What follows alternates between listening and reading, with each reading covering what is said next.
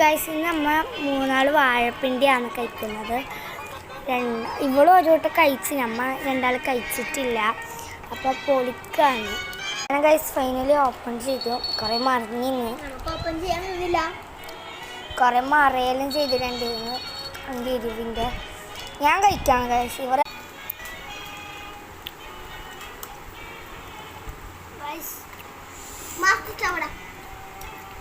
അങ്ങനെ എൻ്റെ പൊട്ടിച്ചു.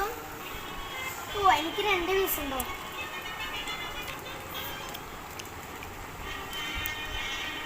നീ പോയി കഴിക്കുക, എന്നാലും എനിക്ക് കാണാൻ കഴിയും, വീഡിയോയിൽ എടുക്കാൻ കഴിയും.